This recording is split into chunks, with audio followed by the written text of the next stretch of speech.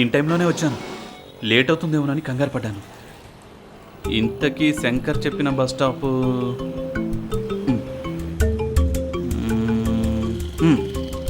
No doubt ఇదే ఆ bus stop. ఇవాళ ఉద్యోగం వస్తే పెళ్లి సెటిల్ అవుతుంది. పెళ్లి సెటిల్ అయితే లైఫ్ ఈజ్ బ్యూటిఫుల్. ఇక నుంచి నాకు రాబోయే రోజులన్నీ మంచి రోజులే. ఎస్. జై సూర్యదేవాయ నమః. లేదు, జై బజరంగ బలి. ఈయన వినడు. వెంకటేశ్వర స్వామికి దండం పెట్టుకుని చాలా రోజులైంది. అందుకే ఆ స్వామి కోపం వచ్చినట్టుంది. ఎస్, నాకు పెళ్లి చేసేది ఆ వెంకటేశ్వర స్వామి మాత్రమే. ఏడుకొండలవాడ వెంకటరమణ గోవింద గోవింద. స్వామి, నాకు ఉద్యోగం వచ్చి పెళ్ళైతే ఆ బస్ స్టాప్ శంకర్కి గుండు కొట్టిస్తా స్వామి.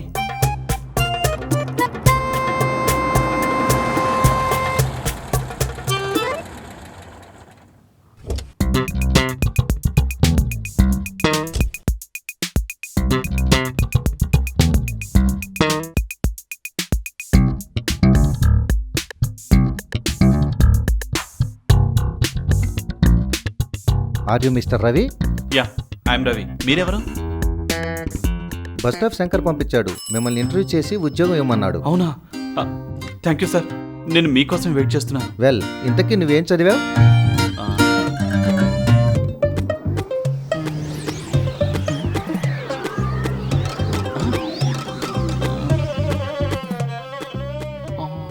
ఏం చదివావో చెప్పమంటే కిందకి మీదకి చూస్తావేంటి? ఒక్క నిమిషం సార్. మిమ్మల్ని ఎక్కడో చూశాను సార్. మిమ్మల్ని. నోవే, నన్ను చూసే అవకాశమే లేదు. కాదు కాదు, గ్యారంటీగా మిమ్మల్ని ఎక్కడో చూశాను సార్. మీరు టీవీలో ఇంటర్వ్యూ కానీ ఇచ్చారా? లేదే. ఓనీ న్యూస్ మ్యాగజైన్లో ఏమైనా ఇంటర్వ్యూ ఇచ్చారా? లేదే. మిమ్మల్ని ఎక్కడో కానీ చూశాను సార్. సినిమా హాలు, గుడి, రైల్వే స్టేషను. కాదు, మరి ఎక్కడ చూశాను? గుర్తొచ్చింది సార్. నిన్న రాత్రి నాకు కల్లో దేవుడు కనిపించాడు సార్. ఆ దేవుడు అచ్చం మీలానే ఉన్నాడు సార్. సార్, అంటే ఆ దేవుడు పంపించింది మిమ్మల్ని.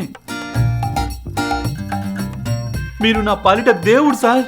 ఓకే ఓకే, ఇంతకీ నువ్వేం చదివావు? సార్, పొద్దునే ఆంధ్రజ్యోతి పేపర్ చదివాను సార్. ఆంధ్రజ్యోతి కాదయ్యా, ఇంతకు నువ్వేం చదివావు? చదువుతో పనే ఉంది సార్. మీరే నా పాలిట దేవుడు. ఇంకో ప్రశ్న అడగండి సార్. సరే సరే, ఇంతకీ ఉద్యోగంలో చేరి ఏం చేస్తావు? పెళ్లి చేసుకుంటాను సార్. పెళ్లి కోసమేగా ఉద్యోగంలో చేరేది. అది కాదు రవి, ఉద్యోగంలో చేరి ఏం చేస్తావు తర్వాత? సార్, శాలరీ రాగానే మా ఆవిడ్ని తీసుకొని షాపింగ్కి వెళ్తాను సార్. అది కాదు రవి, ఉద్యోగంలో చేరి ఏం చేస్తావు? ఉద్యోగంలో చేరాక ఏం చేస్తే ఏంటి, ఏం చేయకపోతే ఏంటి సార్. సార్, మీరు నా పాలిట దేవుడు సార్. అన్నీ మీరే చూసుకుంటారు కదా సార్. ఆఫీసులో ఎవరు గుడ్ మార్నింగ్ కూడా చెప్పరు. ఈడు చేరి నన్ను దేవుడు దేవుడు అంటుంటే అందరూ నన్ను గౌరవిస్తారు. సార్, ఏంటి ఆలోచిస్తున్నారు సార్? ఓకే ఓకే, నీకు జాబ్ ఇస్తున్నాను. నెలకు 50,000 రూపాయలు శాలరీ. సార్, మీరు నా పాలిట దేవుడు సార్. ఉండటానికి 3 బెడ్రూమ్ ఫ్లాటు. సార్, మీరు నా పాలిట దేవుడు సార్. తిరగటానికి కారు సరిపోతుందా? సార్, మీరు దేవుడు సార్. నా పాలిట దేవుడు సార్.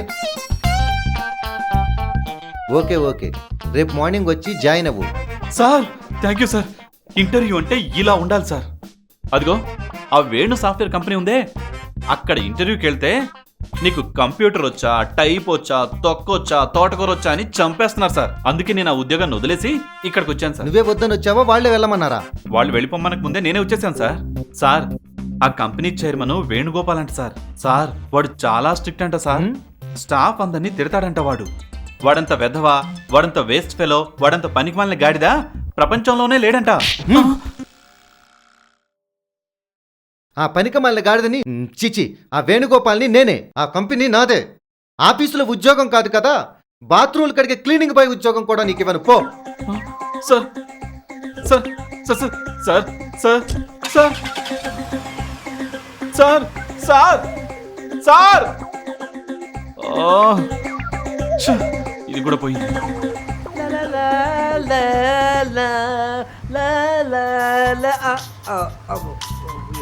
ఫోన్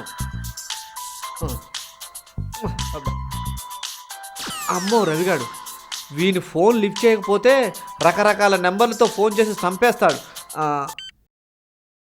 రవి చెప్పు, ఇంటర్వ్యూ బాగా జరిగిందా? జాబ్ వచ్చిందా? ఆ సంగతి తర్వాత గురువుగారు. నా రూమ్కి తాళం వేసి కీ వాచ్మెన్కి ఇచ్చాను. ఆ కీ తీసుకొని నా రూమ్కి వెళ్ళండి గురువుగారు. నీ రూమ్లో నాకేం పనిరా? చెప్తా కానీ నా రూమ్లో ఒక చిరిగిపోయిన చాప, 2 పిల్లోస్, ఒక పాత దుప్పటి. ఆ దుతికి 6 నెలలైంది గురుగారు. ఉతికితే బానే ఉంటుంది. ఇవన్నీ నాకెందుకు చెప్తున్నావురా? చెప్తాను ఉండండి గురుగారు. అలాగే నా బ్యాంక్ బ్యాలెన్స్ 78 రూపాయలు ఉంది. చెక్కు రాసి ఉంచాను. వెళ్ళి రేపు పొద్దున డ్రా చేసుకోండి. 78 రూపాయల బ్యాంక్ చెక్క? ఇంతకీ ఇవన్నీ నాకెందుకు చెప్తున్నావురా? చెప్తాను గురుగారు, కానీ ఒక్క విషయంలో మాత్రం నన్ను క్షమించాలి. ఇలా జరుగుతుందని ముందే తెలిస్తే 10 లక్షలకు ఇన్సూరెన్స్ చేయించుకొని మీ పేరు నామినీగా రాయించేవాడిని. ఈ షూరిటీ ఏంటి, ఈ నామినీ ఏంటి? అసలు ఏంట్రా నీ గోలా? ఇంతకీ నువ్వు ఎక్కడున్నావు? దుర్గం చెరువులో దూకి ఆత్మహత్య చేసుకుందాం అనుకుంటున్నాను. దుర్గమ్మ చెరువా? అరే హుషేన్ సాగర్ అయితే తొందరగా చచ్చిపోతావు. గురుగారు, అసలు నీకు ఇంత కష్టమే వచ్చిందిరా ఇప్పుడు నీకు? ఇంతకన్నా కష్టం ఇంకేం రావాలి సార్? ఈ ప్రపంచంలో అందరికీ పెళ్లిళ్ళు అవుతున్నాయి, నాకు తప్ప.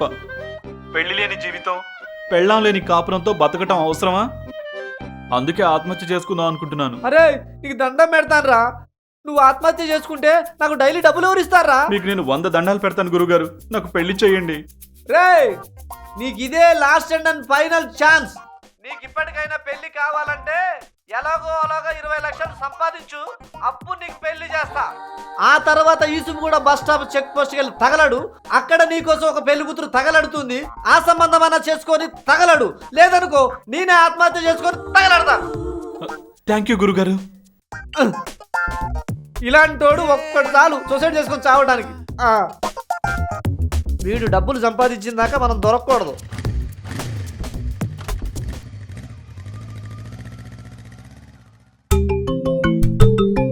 ఇరవై లక్షలు సంపాదించాలి. ఎలా ఎలాగైనా సంపాదించాలి.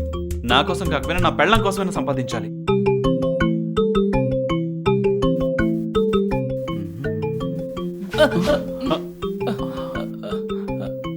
నేను తీసుకెళ్తాను పదండి.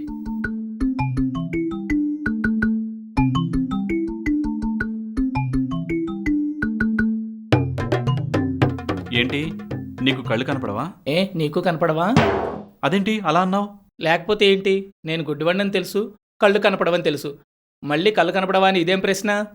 సరే, నువ్వు పుట్టుకతోనే గుడ్డివాడివా? అవునండి. కళ్ళు కనపడకపోతే ఎలా ఉంటుంది?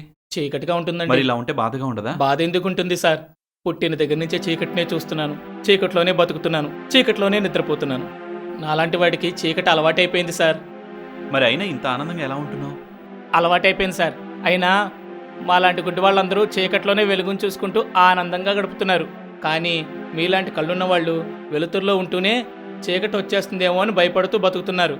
సో మేమే హ్యాపీగా ఉన్నాం అన్నమాట. సార్ అమీర్పేట వెళ్ళే బస్సు వస్తుందా సార్? అదిగో వస్తుంది. నన్ను కొంచెం పక్కన నిలబెడతారు సార్? బస్సు ఎక్కుతాను. సరే రా. అలాగే సార్. ఇక్కడి నుంచో ఓకేనా? Thank you sir. It's okay.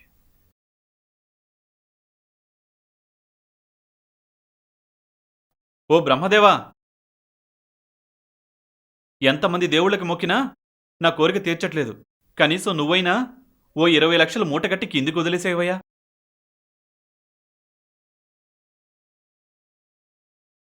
నీ ఫోటో పెట్టుకుని బతికేస్తాను. ఆ గుడ్డివాడు ఏమన్నాడు? చీకట్లోని వెలుగును చూస్తూ ఆనందంగా బతికేస్తాడా? ఆ ఆనందం ఏదో మనం చూద్దాం. కొంచెం దూరం కళ్ళు మూసుకుని నడుద్దాం.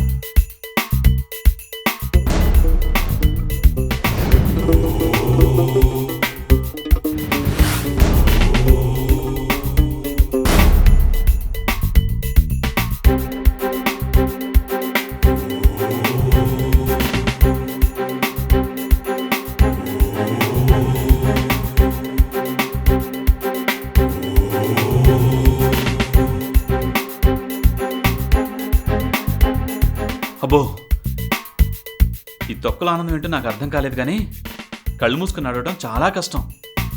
ఎందుకు వచ్చిన గోలా మనం మామూలుగానే నడుచుకుంటూ వెళ్దాం.